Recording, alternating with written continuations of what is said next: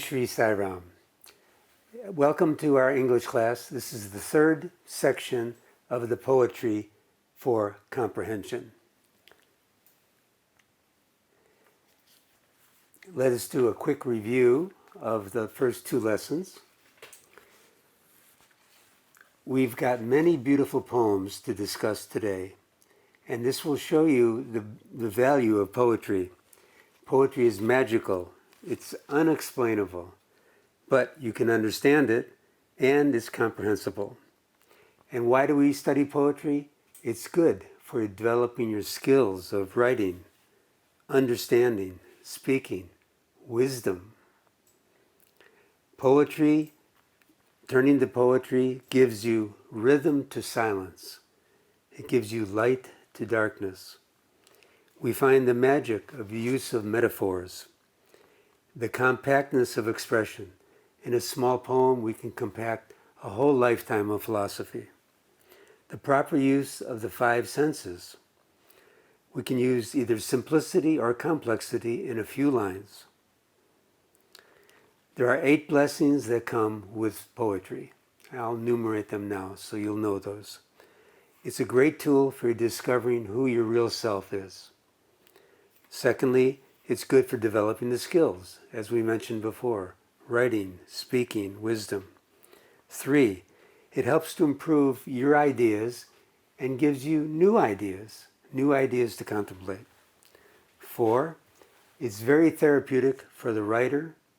5, it's therapeutic for the reader. When you write poetry, it puts your mind in a beautiful place. And when you read it, you understand the significance of other people. 6, you understand the meaning and significance of a single word, the power of one spoken word or one written word. Number 7, it helps you to understand people. It gives you the patience to look into somebody else's mind and see what their underlying philosophy of life is. And number 8, it helps you to understand your individual self, why you were created, what's going on. So let's go into that 8th one a little bit more. Paul, from the Bible, the number 1 apostle of Jesus, chose the word poetes, which translates in Greek to poem. And he said that everybody is created by God as a poem, or a song, or a chant. So we become the work of God. We become a poem of God. And Paul says, let this energy flow.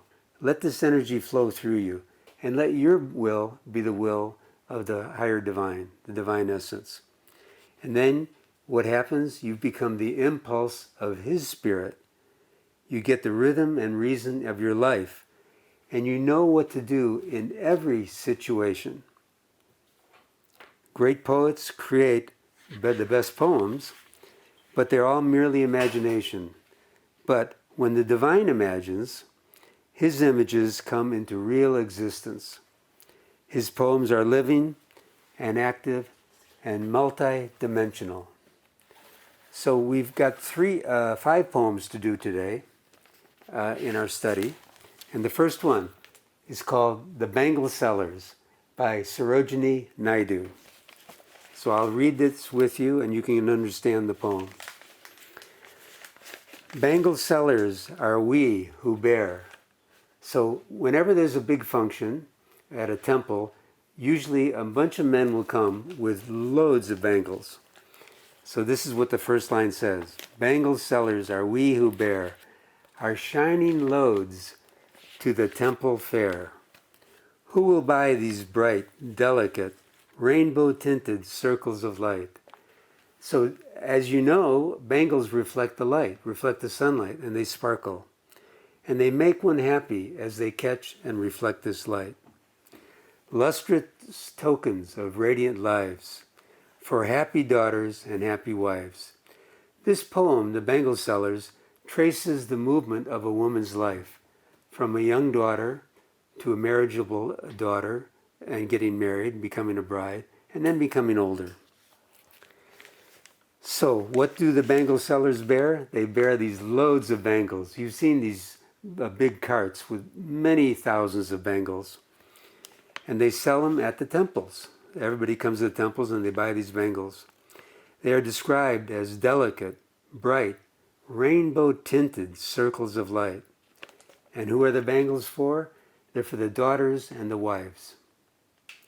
The next few lines. Some are meet for a maiden's wrist. Meet means suitable. So some are just the right color for a maiden's wrist. Silver and blue as the mountain mist. We've all seen the mountains in the morning, the nice blue and silver colors and the sunlight coming through. Some are flushed, like the buds that dream. New buds on trees are usually reddish in color. On the tranquil brow of a woodland stream. And some are green, light green, like a tranquil brow of a woodland stream. Some are aglow with the bloom that cleaves to the limpid glory of the newborn leaves. New leaves are bright green, so beautiful. So what the poet is saying here is that these bangles come in all different varieties, and they show the youth and the exuberance of a young girl.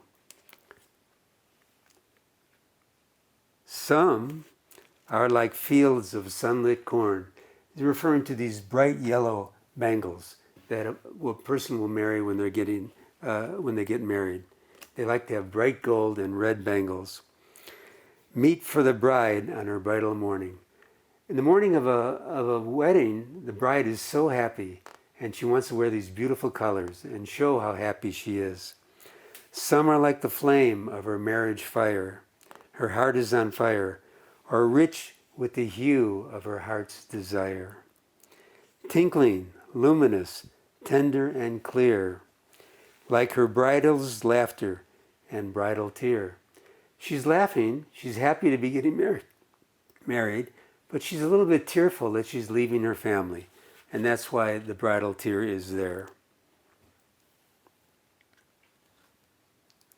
After she gets married and she has children, then she acts as a mature woman.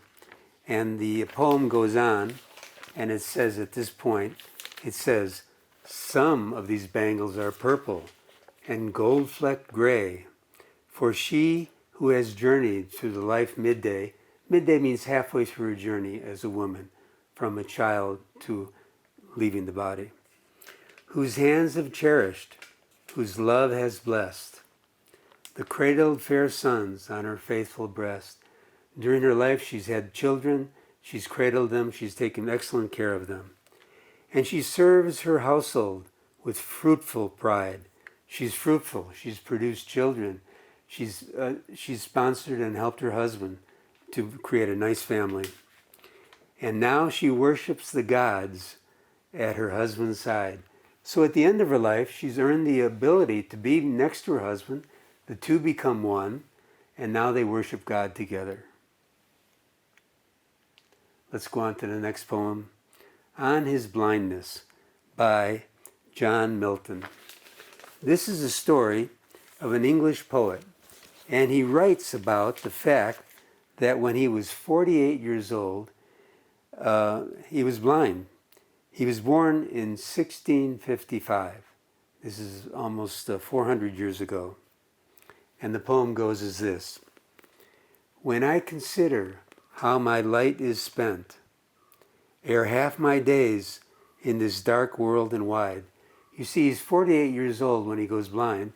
If you live to 100, that's about half of your life. Anyway, he was questioning God, why do I go blind halfway through my life? And the one talent, which is death to hide, lodged with me useless, though my soul more bent. He's a writer, he's a poet, and he's thinking, how can I write poetry if I'm blind? This is in the 1600s.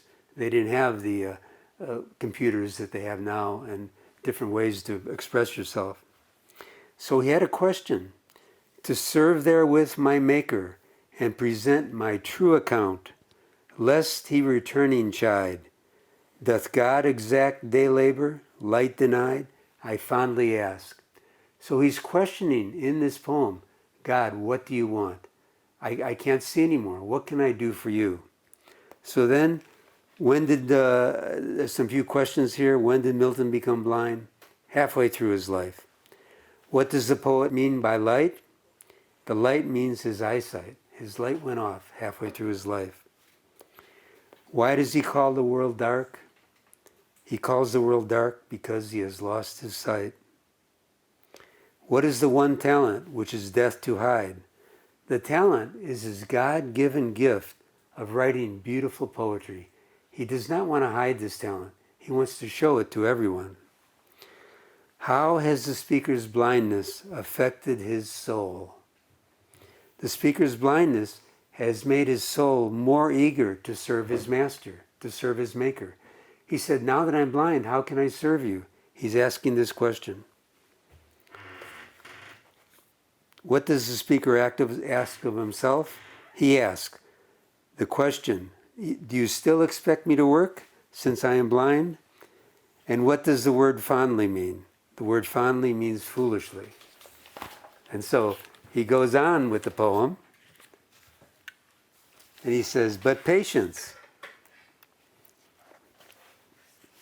to prevent that murmur, soon replies. And then he realizes God does not need either man's work or his own gifts.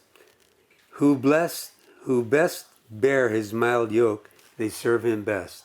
He understands that if you just take whatever comes to you as a blessing from God, that you can best serve God.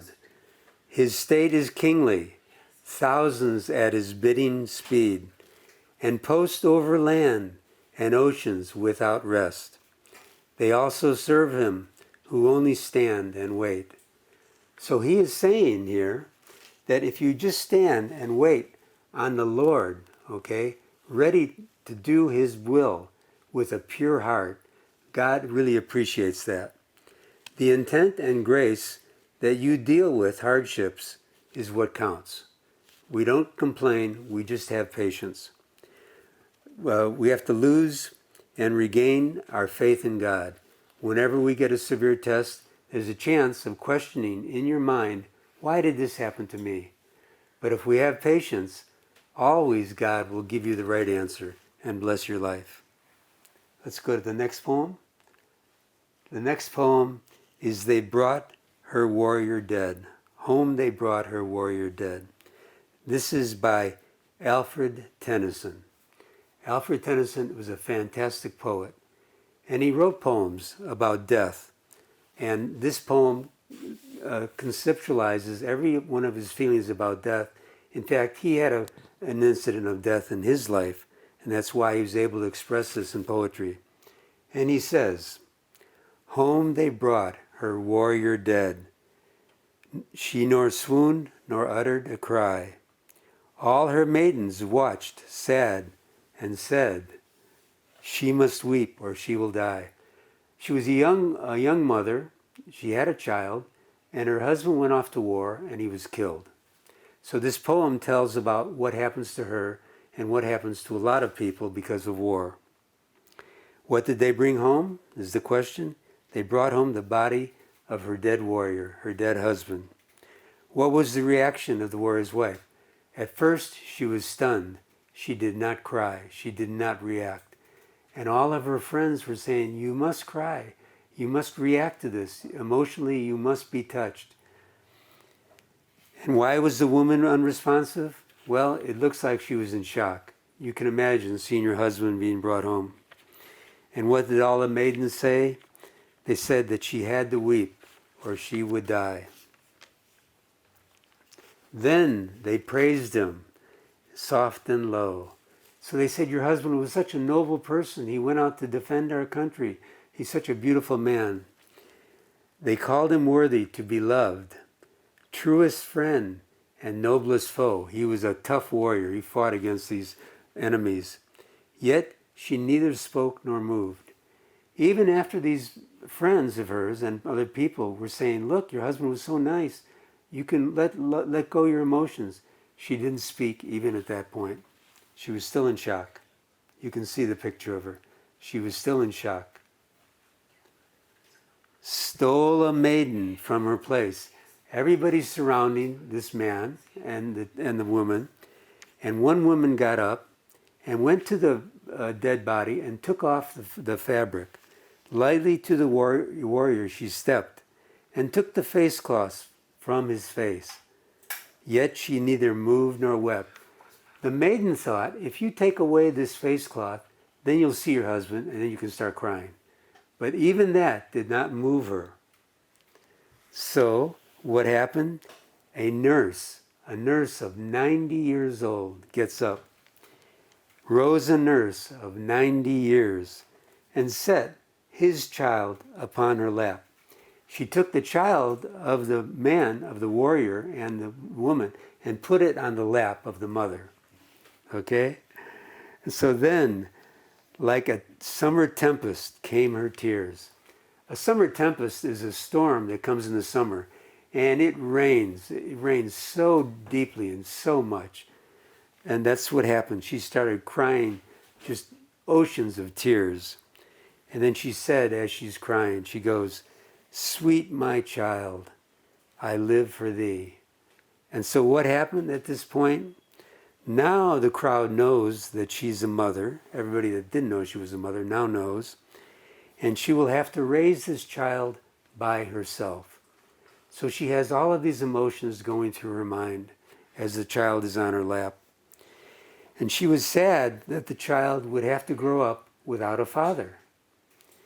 She promised to live for the child, and as soon as she made that promise, she was able to let go of her emotions and cry out all the grief that she had in her heart. Let's go to the next poem. The next poem is the English language. At one point, before we go ahead with English language, there's a takeaway from this last poem, and the takeaway is that there are no winners in a war. Anybody that gets killed in a war, their families are affected. So the reason that this poem was written was to show the impact of war on the lives of all the people that are involved, with people that get hurt, crippled, or even have to die. So let's go ahead to the English language by Harry Hemsley. Some words have different meanings, and yet they're spelt the same. A cricket is an insect. To play it, it's a game. We all know in English, it's very clever. Some words have two meanings, okay? They spell the same, they look the same, but in the context of where you're reading it or saying it, it has a different meaning. And this is what makes English a very clever language. You can use these words that mean the same thing to be very clever in your speech. On every hand, in every land, it's thoroughly agreed. The English language to explain is very hard indeed.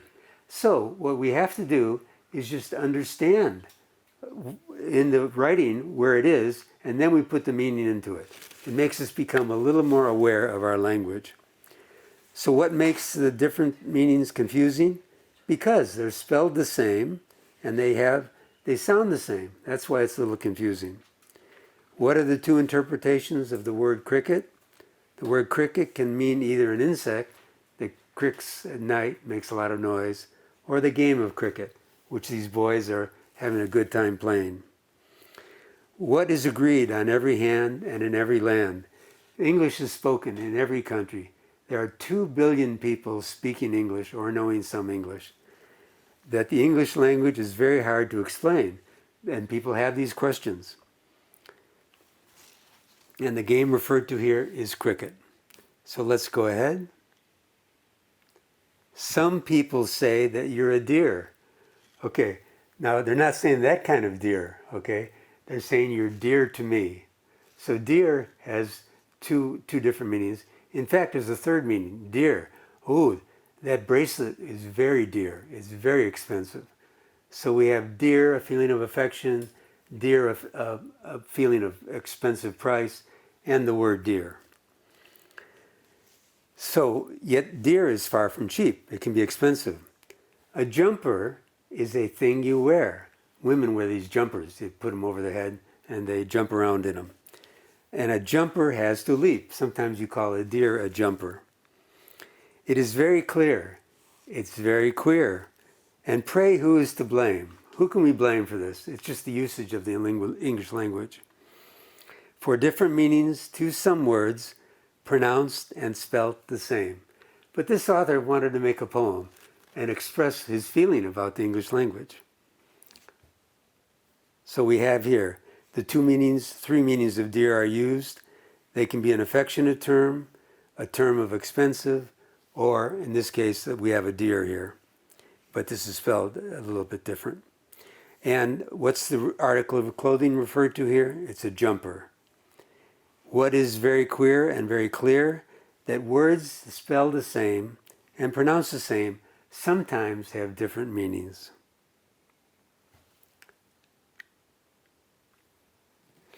A little journey is a trip. We take a trip to the store. And a trip is when you fall. You stumble over the doorway. You've taken a trip. They both are spelled the same and they sound the same. It doesn't mean you have to dance whenever you hold a ball. Here we have a ball, obviously, a nice big round crystal ball. But a ball also is a big dance where many people are dancing, usually with a band. Now, here's the thing that puzzles me. Musicians of good taste will very often form a band, and I've got one around my waist. We have a band of some kind of a belt or something. It's called a band. But a band is also a group of musicians.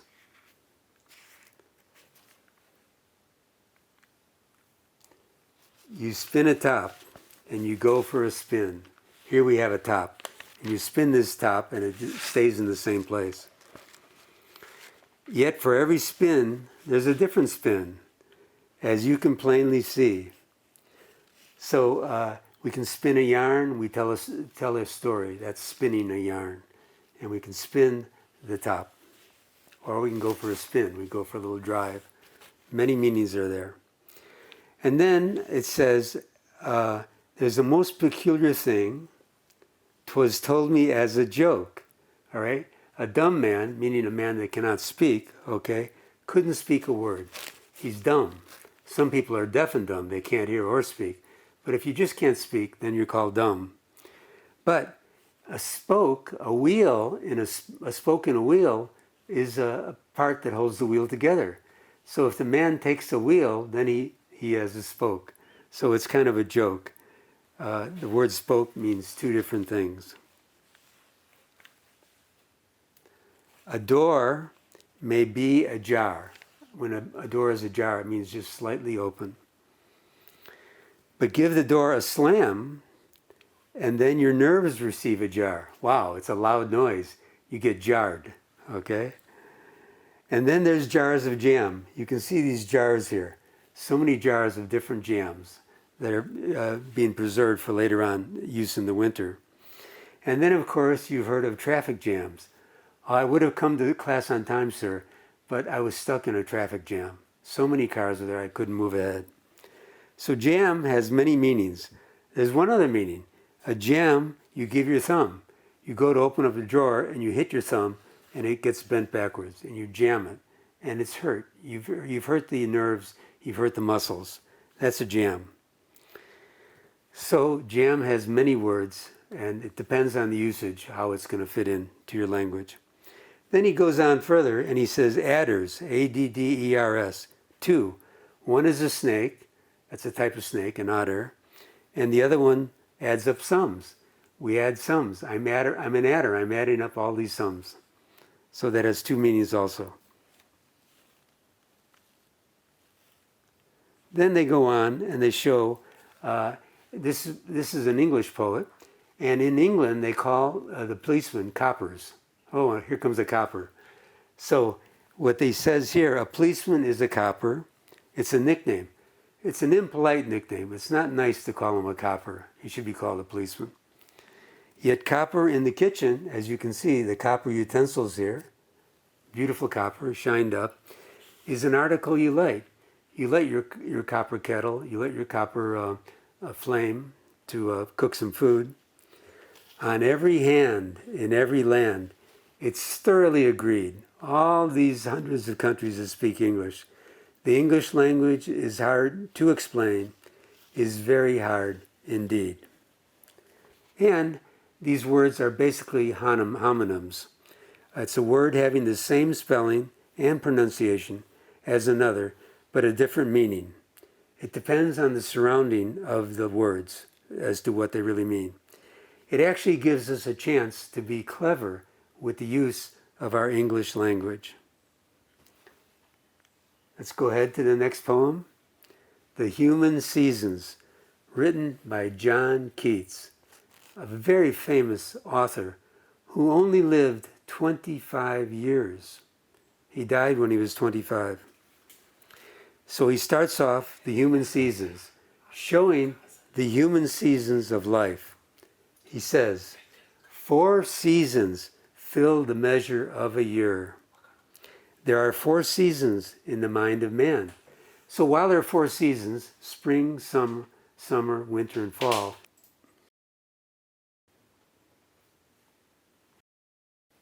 the next poem is called The Human Seasons by John Keats, a very famous author who only lived 25 years.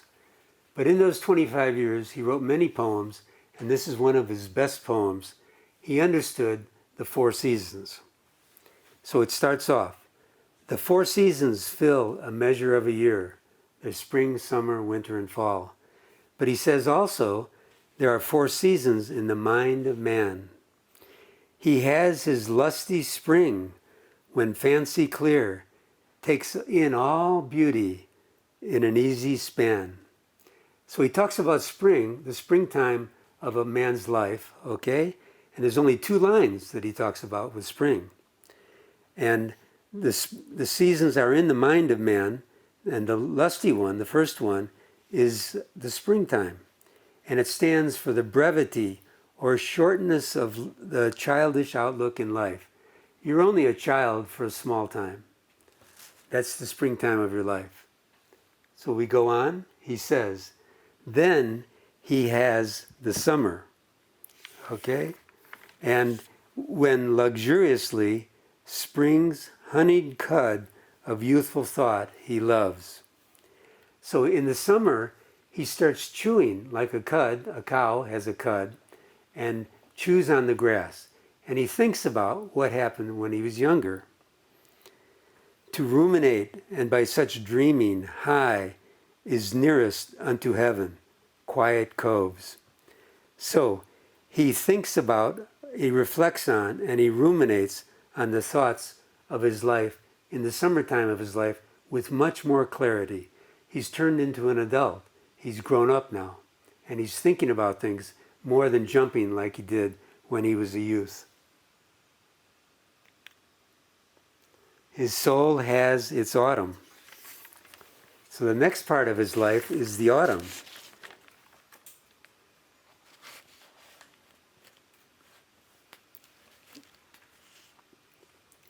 The soul has its autumn. When its wings he furleth close.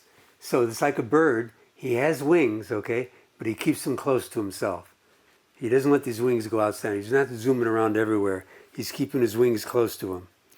And he's contented to look on mist in idleness, to let fair things pass unheeded as a threshold brook. A brook is a bunch of water that's going by on the backside of this house. And he's watching this brook go by, but he's not jumping after everything. He's taking his time. He passes by unheeded the threshold brook. So at this part of his life, this is the autumn, which has 4 lines, okay? And he's resigned into one's thought, and he's giving his emotions some closure, okay? He has a longer period in which he's aware of his environment. He's more aware of what's going on around him. And he's not driven by the delights. He sees something, but he doesn't run after it. He watches it. He contemplates on it. And then the last 2 lines, he has his winter, too, of pale misfeature. Pale misfeature, when you die, you don't look very good, okay? You lose all your features. You lose the inner blessing of the life that's in you. That life is gone. You're just a shivam then. You're just a corpse. And you don't have your features of youth or middle age. And so, else the world will forego its mortal nature. So because John Keats died when he was 25, he realized that spring, summer, winter, and fall are part of your life. And everybody's life has to come to an end. And his life came to an end when he was only 25. But the takeaway here for wise English students, okay, is that when you die, you don't have to come back. If you die properly, okay, you do not have to be reborn. And what is the trick? The trick is that you have to have patience. You have to be very patient. In the beginning, he didn't have any patience as a youth. He got more in the summertime of his life. He had much more in the autumn. And he was able to think about what a perfect life was. And then when he passed away, he thought he'd be reborn. He was only 25. He may not have completed all of his karma. But for us, if we live a pure and whole life, we will not have to be reborn. So I'd like to finish with another poem. And this is a poem written, and it's written by an author. The author's name is William Cooper. And William lived a long life. He lived for 75 years. And in 1773, he wrote this poem. And the poem goes as this. Please pay close attention. It's called God Moves in a Mysterious Way.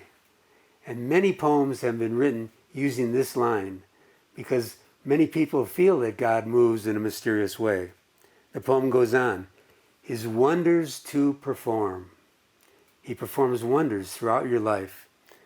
He plants his footsteps in the sea and he rides upon the storm. So we've all seen oceans and water, and we see sometimes the big storms come out. And God is planting his footsteps. He's creating these big storms. And he rides, he enjoys the storm. Next verse is deep in unfathomable mines underneath the earth. The never failing skill. He treasures up his bright designs and works his sovereign will. Whatever God wants to have happen is what happens. Ye fearful saints, the next verse. Fresh courage take. Don't be afraid at any time. We're all saints in the making. He says, the clouds you so much dread, we see these clouds of negative events coming towards us, are big with mercy and shall break in blessings on your head.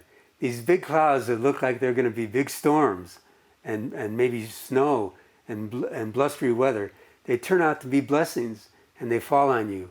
And you repeat to yourself, wow, it looked bad, but it turned out to be a big blessing. Judge not the Lord by feeble sense. Our five senses cannot understand this whole creation. Only the Divine Spirit has the ability to see what really is going to happen in the future. But trust him for his grace. Behind a frowning providence, he hides a smiling face. At the end of every one of his stories, you can see God smiling, and we end up smiling also. His purposes will ripen fast, unfolding every hour. A bud may have a bitter taste, but sweet will be the flower. We all know that when a fruit comes out like a cherry tree or a mango tree, the first buds are very sour, but they turn into sweet flowers and sweet fruits. Blind unbelief is sure to err and scan his work in vain. God is his own interpreter, and he will make it plain. This particular poem, with 6 stanzas, has been read by many people. Whenever they have a problem in their life, they go to this poem, God Moves in a Mysterious Way, and they get hope. They retune in with their Maker, and they realize, God, please give me the patience to get through this test and show me the fruit that will happen at the end. And sooner or later, if you have enough patience, the fruit will come. So this poem is very inspirational, and that's one of the reasons that we study poetry in English, is to be inspired and to speak and write our own poetry. So be a poem. This poem was so beautiful, it was set to music and is sung in many places now. It's sung in many churches. So that's what we want to be, is a song for God. Om Shri Sai Ram. Thank you for your kind attention.